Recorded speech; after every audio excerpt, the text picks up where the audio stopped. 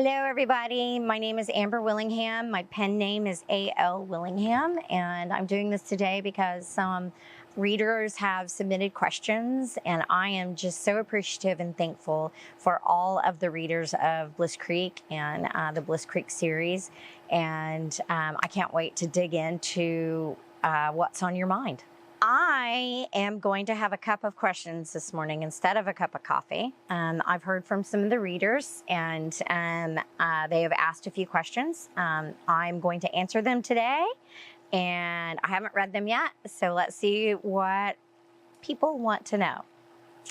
How do you keep track of your projects? That is a very good question because I'm not very good at it. I have a lot of projects that are in my head. One day they will come out.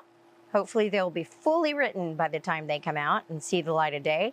Most of my projects are kept on my Remarkable. I have a folder in there on writing ideas. Second question. How do you balance your work life with your writing? It's a very good question. I don't know if you know this, but I am an attorney. So I have my own law practice, and it consumes most of the daylight of my life, and I try to incorporate a few hours a day of writing. I don't always get to it. There's no penalty for not writing. There's penalty for not properly practicing law. So I feel like I have a decent balance. Most of my books were written when I was at home with my children and wasn't working in the law firm. So now that I am publishing, it's a different ballgame and it's a different balancing act. What's the best piece of writing advice you've been given? What's the best you would give? Well, my favorite bit of advice that I received was a book that a friend of mine gave me when I first started writing my books. It's called Bird by Bird, and it is a story about how to keep focus and how to remember that this character is this character. Let's build this character. Let's build this scene. Let's build this chapter and not worry about the forest. And I loved that piece of advice, and it has stuck with me for decades now. I feel like that would be the same advice I would give anybody else, is just take it bird by bird. What advice would you give others who are self-publishing? Well, if you could get an agent and get a publisher, you might go that route. This is new to me. I self-published because I didn't want to wait any longer, and getting an agent and finding a publisher means that you're looking at a couple of years after you start the process, at a minimum. I was ready to go. So I made a few mistakes. I paid way too much money, and I have way too much money put into my first book. I feel like I've learned a few things, and one is that I didn't need to divvy everything up. That there are companies out there, you have to be careful, but there are companies out there that will publish your book, you pay them, and they do everything for you. They get you in the Library of Congress. They get you hooked up with an artist for your book cover. They format your book. I piecemealed all of these things. I went with Super Brand Publishing. I love them. Shameless plug. They were fantastic. I paid them, and they did everything else. Will we ever meet Fable? Yes. You will meet Fable in Book 2, Chapter 1. Which chapter was your favorite to write and why? Book 2, Chapter 1, Fable. I love that. I love the first chapter. It's introducing Fable and introducing his perspective and his character. It's much different than Iz's, much different world. It's sort of a story of two worlds colliding. I also really enjoyed writing the first chapter of Bliss Creek because I kind of Really enjoyed building that world of waking up in a hospital, the scents, the smells, the sounds, and what that must be like. If you could step into your character's shoes, which character would it be and why? Well, the vain part of me would step into Iz's shoes because she's young and she has her whole life in front of her. Not that I would want to be a teenager again, but still, just the idea of taking what you know and starting over is enticing. But if I were to be honest, I'm more like the mom, and not a great cook like she is, but I have the same experiences, and I would probably be more like her.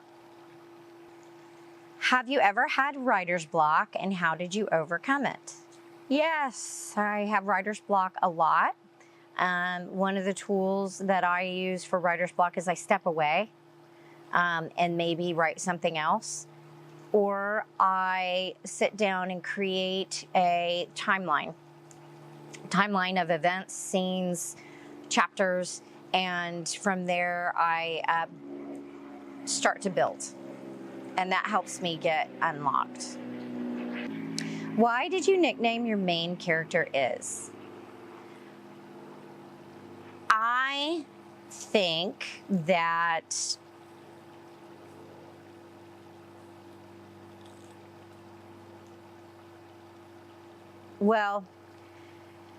Iz is Iz to everyone except for Fable. Iz is Elizabeth to Fable. And that's why she's Iz to everyone else. Just a little insight into book 2. How do you decide what to work on next? Ask me in 2 years when I finish the Iz trilogy, because right now that's the entire world that I'm working on, and I anticipate it'll be 2 to 3 more years before I finish with that. What I go to next will most likely be one of the stories that I have outlined in my notes. I've got a couple of different ideas. And I can tell you it's the one that's most developed in my head that I will go to first. Is soccer your favorite sport? No, it is not. I did coach it, and I was coaching soccer at the time that I wrote these books. And so that sort of inspired the soccer playing that Iz did. How do you approach developing your characters? I'm sort of a scene writer first. And at that point, I've created an event, I've created a scene, I've created something that is happening, and then I have to go back and determine how these characters are going to react to the scene, react to the other people in the scene.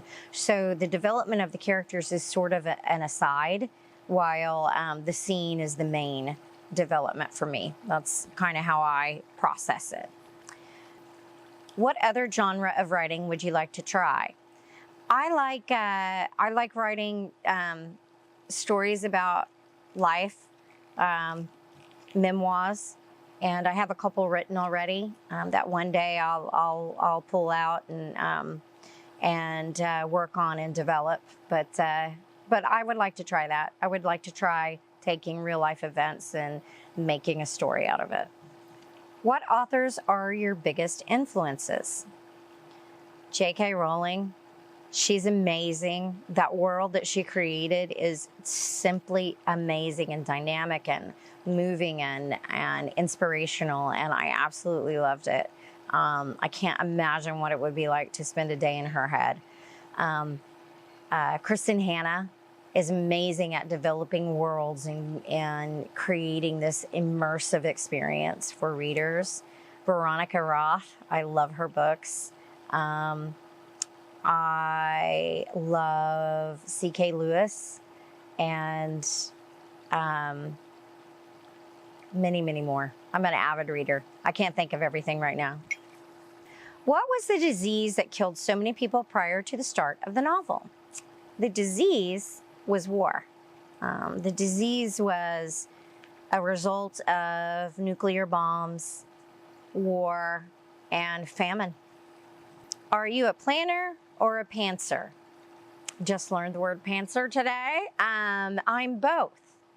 I sometimes plan, and especially if I have writer's block, I will sit down and I'll plan. And I'll plan the world, I'll plan the scene, I'll plan the events. But then when I start writing it, it kind of takes on a life of its own, and I don't ever stop it. I just let it go. And sometimes it gets deleted, sometimes it creates a whole new plan. That's it, guys. That's all that we have for today. I really appreciate you guys participating and letting me know where your head is and what questions you have. And I look forward to doing this again.